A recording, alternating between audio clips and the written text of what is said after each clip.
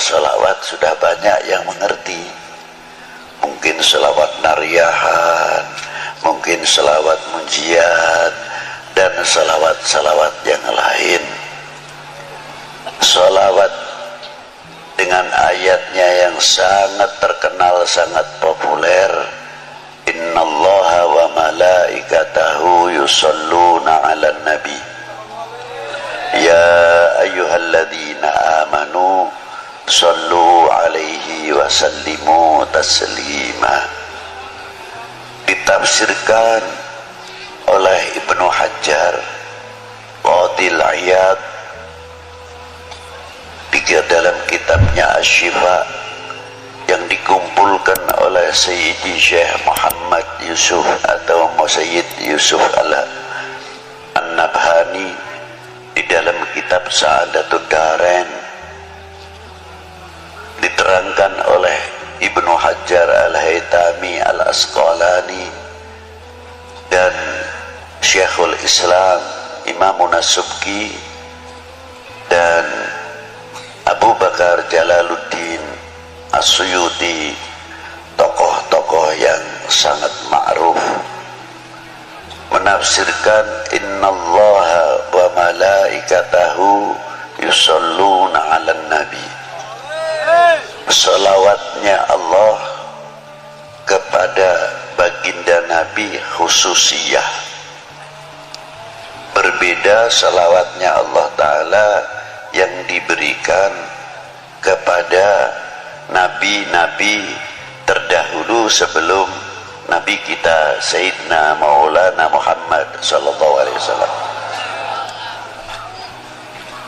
Kalau salawat yang diberikan kepada para anbiya rahmatan mutlak, tapi yang diberikan kepada baginda Nabi maknanya salatullahu alaihi sallallahu alaihi wasallama salatan rahmatan makrunatan bita'zim.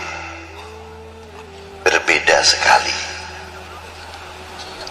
Salawatnya Allah Ta'ala yang diberikan kepada baginda Nabi mengagungkan satu kehormatan yang luar biasa diberikan kepada baginda Nabi sallallahu alaihi wasallam. Lautan rahmat yang tiada bertepian, rahmat yang sangat luar biasa, tapi tidak mungkin orang itu akan menggapai rahmat Allah Ta'ala yang diberikan kepada baginda Nabi tanpa ada pancingnya, syaratnya. Syaratnya apa? Dengan sholawat lagi. Jadi kalau kita membaca selawat kepada baginda Nabi, yang untung itu bukan baginda Nabi, yang untung sebetulnya kita. Itu diantaranya. Jadi jangan bangga, jangan salah faham seolah-olah kita bisa mendoakan baginda Nabi. Tidak, dengan salawat itu justru mendapatkan doa baginda Nabi sallallahu alaihi wasallam. Buktinya apa? Di makam baginda Nabi sallallahu alaihi wasallam itu ada satu malaikat ila yaumil qiyamah yang menunggu makamnya Rasulullah, setiap hari menerima sholawatnya umatnya, disampaikan kepada Rasulullah. Yang hebat itu tidak pribadinya saja, malaikat cara menyampaikan kepada baginda Nabi disebutkan orang tuanya, ini sholawatnya fulan bin fulan ya Rasulullah kepadamu. Jadi kalau kita ini mengangkat sholawat, walaupun yang bersalawat itu anak sendirian atau orang tua,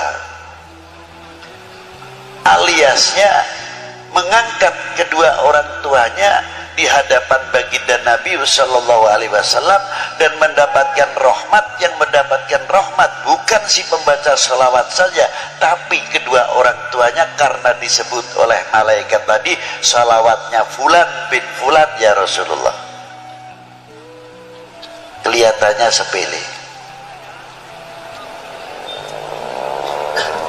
Ma'asyiral muslimin rahimakumullah, takdimnya Allah subhanahu wa ta'ala makrunatan bita'dim, ada satu kandungan nilai-nilai akhlak yang luar biasa. Di antaranya apa? Allah ta'ala memberikan satu contoh nilai akhlak, nilai adab. Karena tadi makrunatan bita'dzim. Apa di antaranya? La taj'al du'a ar-rasul bainakum kadu'a ba'dukum ba'da. Jangan engkau memanggil kepada kekasihku ini sebagaimana engkau memanggil sesamamu. Allah Ta'ala tidak pernah memanggil dengan kalimat nida ya Muhammad atau ya Ahmad. Tidak ada itu. Coba dari mulai Bismillahirrahmanirrahim, Alif Lam Mim sampai kepada Qul a'udzu birabbin nas, tidak ada kalimat nida ya Muhammad atau ya Ahmad. Ada khobar wa ma Muhammadun illa rasul, begitupun pangkatnya Rasulullah di bawah illa rasul.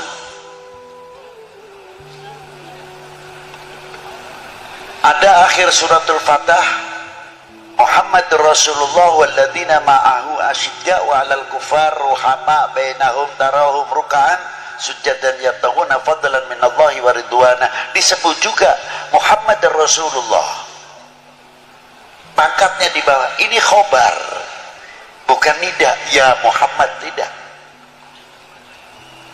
Tapi panggilan Allah Ta'ala yang langsung kepada baginda Nabi Shallallahu Alaihi Wasallam yang dipanggil apa?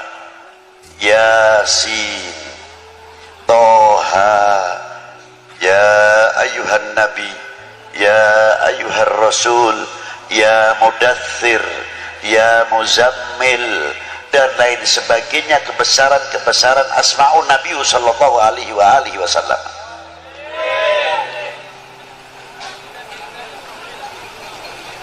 Itu diantaranya.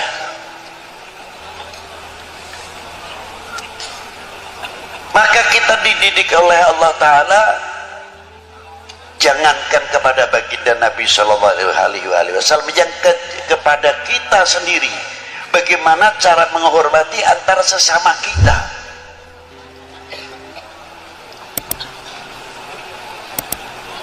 Ada bapak kepala desa, kita tahu namanya si A, umurnya jauh lebih tua saya, tapi beliau sudah mendapatkan kepercayaan oleh orang sedesa menjadi bapak kepala desa. Kalau saya tidak memberikan contoh yang baik, walaupun beliau lebih muda, umpamanya namanya si Fulan, kita harus menyebut Bapak Fulan mau kemana, Bapak Fulan dari mana. Inilah nilai-nilai akhlak. Kalau sudah kita saling menghormati, orang awam akan bertanya, akan berbicara, tuh ajengan yang begitu sepuh saja, tuh Habib yang begitu sepuh saja menghormati kepada kepala desanya, padahal kepala desanya pantasnya anaknya, tapi begitu hormatnya. Inilah meningkatkan kewibawaan daripada nama desa itu sendiri. Tapi kalau kita sudah memanggilnya, Fulan mau ke mana, Fulan badai ke mana, atau badai tindak pundi, apa ngendi, dan sebagainya, secara tidak langsung menjatuhkan kewibawaan pimpinan-pimpinan yang ada di dalam desa itu, walaupun dalam sekup yang kecil. Itu hebatnya. Maka Allah Ta'ala selalu memberikan bimbingan, tuntunan terus kepada umat baginda Nabi Sallallahu Alaihi Wasallam. Ini contoh yang luar biasa.